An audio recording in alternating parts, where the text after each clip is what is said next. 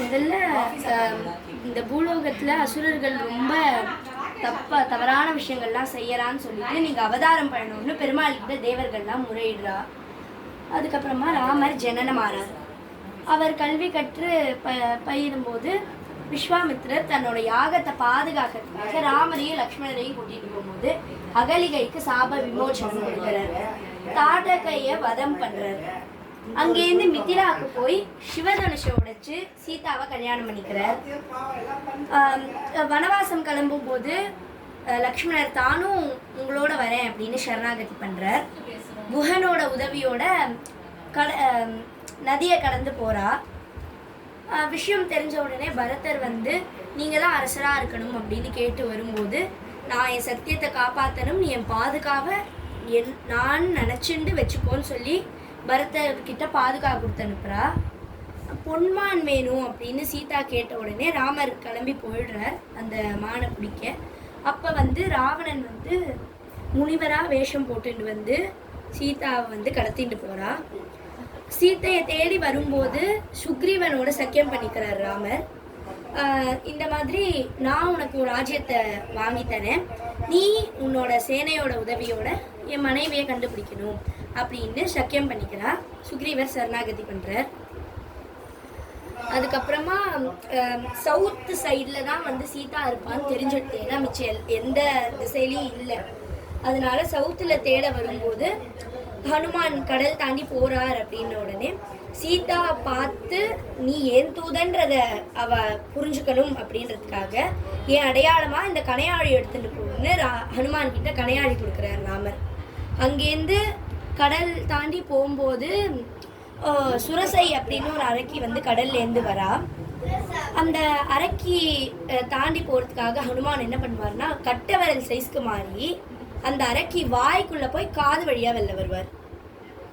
அதுக்கப்புறமா சீதை அங்கே தான் இருக்கான்னு தெரிஞ்செடுத்து ஹனுமானும் திரும்ப வந்துடுறார். அப்போ விபீஷ்ணன் வந்து நான் தர்ம வழியில் இருக்க விரும்புகிறேன், எங்கள் அண்ணா அதர்மம் செய்கிறார், நான் உங்களோட இருக்கேன் அப்படின்னு விபீஷ்ணர் சரணாகதி பண்ணுறார். விபீஷ்ணர் யோசனை கொடுக்குறார், இந்த மாதிரி பாலம் கட்டினா நம்ம லங்கை அடையலாம்னு. அதுக்காக ராமர் பூஜை பண்ணுறார். ஆனால் சமுத்திரராஜன் வரவே இல்லை. உடனே கோவப்பட்டு பிரம்மாஸ்திரம் விட வந்தார்.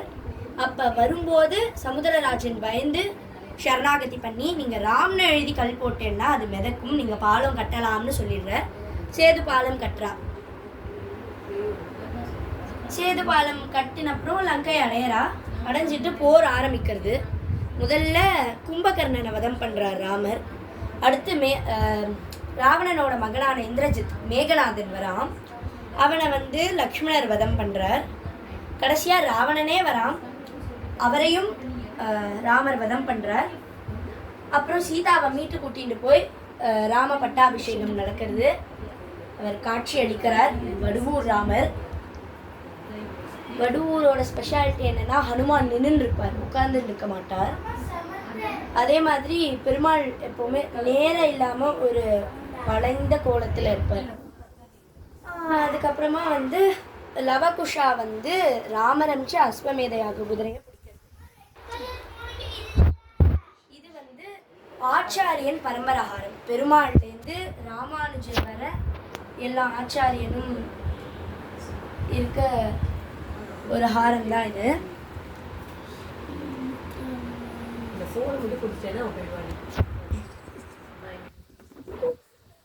முழுக்கவே ஹாரம்.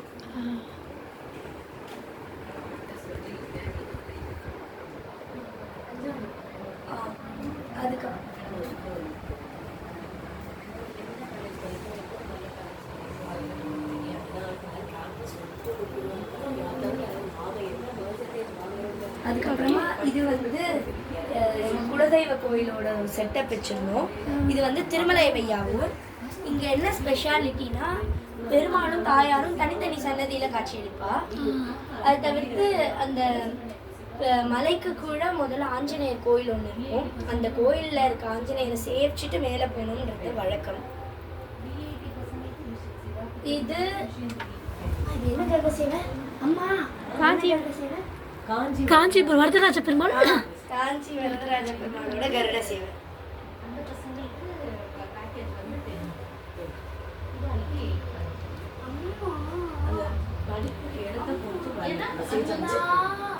Okay, thank you.